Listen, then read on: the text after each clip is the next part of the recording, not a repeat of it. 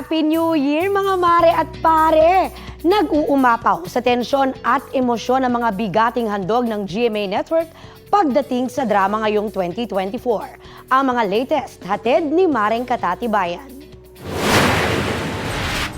Mula drama, fantasy, suspense, historical, hanggang sa kilig serye.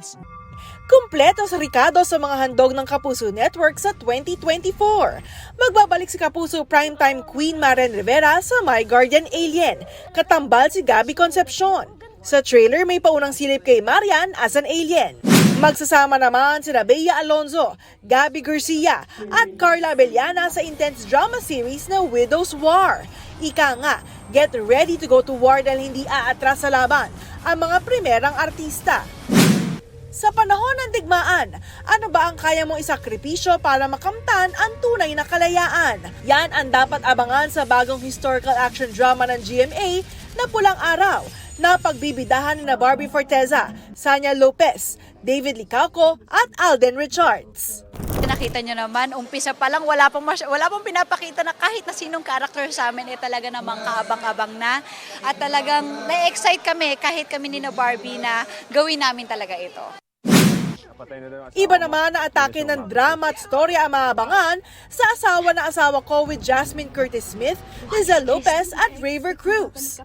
First time ko makatrabaho parehas si Lizelle Lopez and of course si Miss Jasmine Curtis.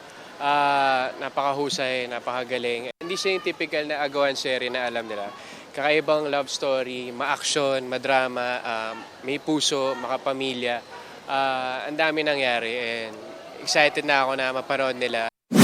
Ano ang gagawin mo para sa minamahal mo kung may kakayahan kang ibalik ang oras bago kayong tuluyang magkahiwalay? Dito iikot ang istorya ng Love, Die, Repeat starring Jenny Mercado at Sian Lim.